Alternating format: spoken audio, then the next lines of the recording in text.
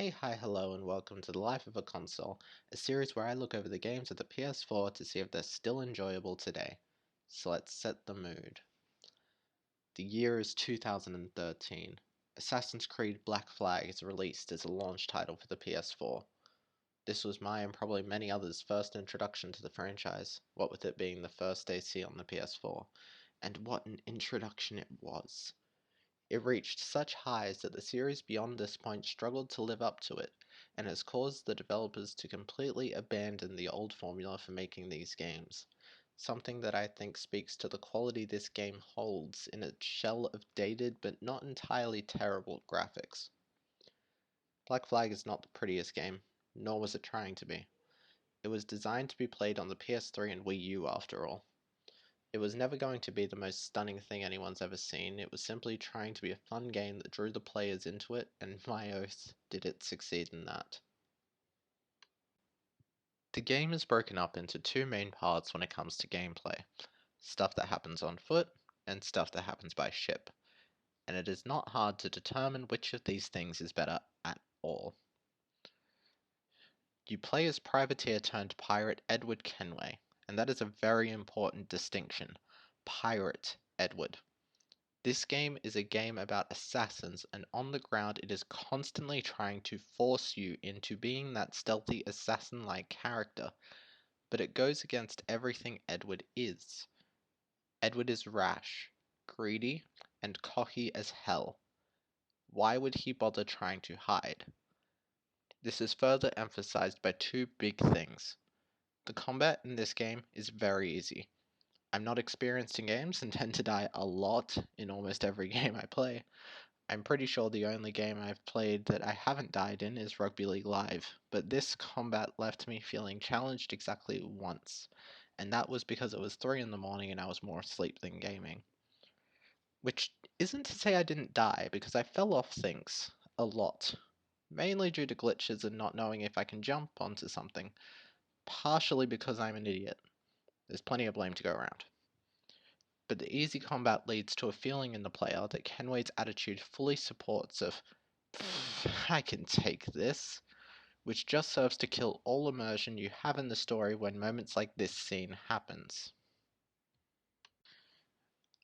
Okay, so I'm sitting behind my controller as this scene begins to play out, getting ready to take on all these bastards in a drag-out fight, and then all of a sudden I'm being forced to run away. Run away! I just walked into a base and had a drag-out fight with like 15 guys, monstered them all. These guys aren't scaring me. But the game says you're an assassin, you're stealthy, you must run. Combine this with the stunning stealth mechanics. Oh yeah, I'm gonna hide in that shrub, bet you can't see me. Oh, there's no shrub anymore? Better stand up as straight as I can in this enemy area, as there is now no shrub. What's that? I'm spotted?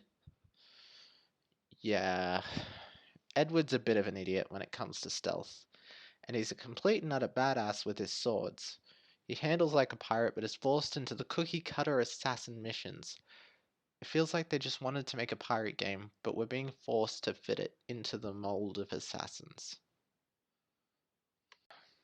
Outside of the story missions you have to do, there are plenty of collectibles littered about the land. Assassin contracts that you can take up before you're even introduced to the concept of assassin contracts. Very easily. They only really serve as an opportunity for more of that thrilling stealth gameplay. Animus fragments serve to encourage you to parkour a bit more and make your path more interesting, which is appreciated, especially since it's usually obvious what I can and can't parkour on, despite the jump never working and me sometimes being an idiot and jumping against something I obviously can't get on. So it's fun to have a little more encouragement to take the interesting path. Messages in bottles and manuscripts serve only as context for the Caribbean and little more tidbits to chew on, and that's about it. And buried chests are actually really fun. They get you to use the in-game map and mark the island you need to go off based off coordinates, then use an accompanying drawing to determine exactly where the treasure is buried. This game made me feel like a pirate, and the rewards at the end of them are actually really useful, and it made me a bit disappointed with myself that I didn't pick up doing them until late mid-game. Mayan statues gave you a small puzzle based off eagle vision to try and align objects to mark a spot where the little medallion thing is, and it would eventually unlock a awesome new costume for Edward that made you feel like you're really progressing through the game. And then there's the Templar Keys, the best of the side content. The Templar Keys are missions where Edward must help 4 different assassins that he directly put in danger. But instead of helping from some moral obligation, he's there so he can try and take a reward. Over the course of the missions, Edward builds a rapport with the assassins, getting to know them all a bit better, and you get small glimpses into both Edward and them as individuals. It really helps flesh out this battle between the Templars and Assassins that's the center of this game, without revolving solely around Edward, but the other affected characters instead. And it gives us hope that Edward can grow past his need for greed. No, it is not a coincidence that my favorite bit of side content for this game is the one that ties into the story, and it is the best. Back to the gameplay, and this time we're sailing the seas on the Jackdaw, where the bias towards pirate life totally pays off. The controls are super intuitive. I picked it up and just knew exactly what to do to control this bad boy. It has 4 different speeds for sailing: not moving, slow, fast, and super fast, that you can use to navigate depending on your surroundings, and more importantly, to fight other ships. She's a beauty, alright, with a smorgasbord of weapons at your disposal. Broadside cannons you can use to arc cannonballs into other ships, heavy shots you have no control over for aim, but do more damage when they land, swivel cannons which give a targeted attack on parts of ships you've weakened, the mortars with long-range bombardment that takes an age to land, chain shot that slows enemies down, fire barrels that act as mines, and if all else fails you can just ram them. The variety of attacks, combined with the maneuverability on the sea, makes for great combat. You can try and keep them at a distance and rain fire down on them from above, or duck and weave between blows. But I found the strategy the game rewards you for is the direct style of Edward, ramming in full blast, constantly bombarding them with heavy shots and just bracing and taking what they send back. I love this because although some say it's indicative of a combat system needing work, and that it makes the game less challenging, it puts you fully in the mindset of Edward, something that the land components struggle with a lot. You feel one with this cocky, greedy pirate when you see a ship passing and just go straight after it, absolutely decimating it in combat. It might not be intentional, but it's so brilliant. Once you murder the enemy ship, you can board, and that aggressiveness, that I can take him attitude that got pulled out from under me on land is fully supported. You swing onto the enemy ship, swords out, and slice through their crew until they surrender from fear. Edward rules the oceans, and every battle reminds you of that. But moving on from the combat, the sea holds a few other secrets to be explored, such as diving bells, spots that allow you to go searching under the sea, around shipwrecks, looking for treasure. These spots do a fantastic job of making you feel vulnerable, stripping Edward of any cool costumes and his weapons, leaving him at the mercy of the sea creatures around him, and is genuinely one of the only moments during the entire game that I felt I had to be careful to try and survive. It has an oddly calming vibe, just letting you explore this part of the world that is always off limits, and holy shit, that's a shock.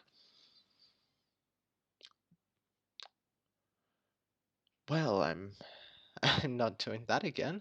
Let's move on to something lighter. Harpooning. Peter sure hated this. You can hunt whales. It's a good source of income that you can use to upgrade your ship and other things, but that's about it. Makes me genuinely feel bad. Makes the sea feel a bit more life-filled. I wonder what's under there. Sharks! There's sharks! There's sharks! Swim for your life! Swim for your life! I think I'll just sail around for a while. And thankfully, that's genuinely a fun option to take. Not just because of the intuitive ship controls, but because as you go on, your crew sing shanties.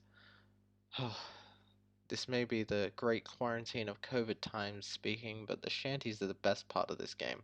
1,000,000%. Fast travel exists, but I rarely, if ever, used it because the feeling of community and camaraderie between Edward's crew while they sang their shanties traveling to their next destination is so genuine and nice that I wouldn't miss it for anything. It had me learning the words and singing along in no time. What I remember most about this game is just sailing around, singing the shanties with Edward and his team, and honestly, it was so much fun. But despite how fun the gameplay can be, the story is undoubtedly the highlight. It's all about Edward trying to find himself while fighting his greed. The game cold opens on Edward serving as a pirate as an assassin boards his ship, and they get caught in a terrible storm that destroys it. Cut to this. Edward wants a decent life and goes off to get what he considers to be one. Caroline clearly doesn't want him to go and asks him to promise to come back in 2 years at the most, making the fact that this game spans over 9 a lot more sad. Edward and the assassin wash up on the same beach. What a coincidence, with Edward immediately showing how he is motivated by pure greed. The assassin offers him money to help him to get to his destination, to which Edward responds by trying to rob him, then killing him and stealing his identity to collect a reward promised to the assassin. You're finally setting into the world, and then, oh god, no. Take me back from this tedious immersion-breaking nightmare. Huh. These games are actual things in this world, and the company is evil. Maybe the immersion hasn't been broken after all. These moments are scattered throughout the game and set up as a real-world story behind the Caribbean, with you, the player, being a modern-day researcher diving through Edward's life, and honestly, has no real reason to be here. Just give us the pirate game and let us have fun in that world. The modern day is only useful for Easter eggs and telling us about this awesome-sounding Bloom. They sound like really good guys. We're finally back and the game knows it. Title drop to celebrate the end of that god-awful interruption. We see all aspects of Edward through how he interacts with the other characters in the story, how they make him question what he wants and what would make a good life, especially through Bart Roberts and James Kidd. These two push the two sides of Edward, showing him what life could be like surrounded by loved ones and fighting for what's right, directly conflicted with what happens if he lives solely for pleasure and his own greed. Every bit of the story you go through deepens your connection and just pushes further that this life of piracy is not really what Edward wants. And although the game is easy to lose yourself in, as it kept going on and I kept seeing the dates flash up over and over, my mind kept being drawn back to Caroline. This strength in storytelling is displayed brilliantly in a scene in the late game, so if you'll want to avoid spoilers, skip to this time.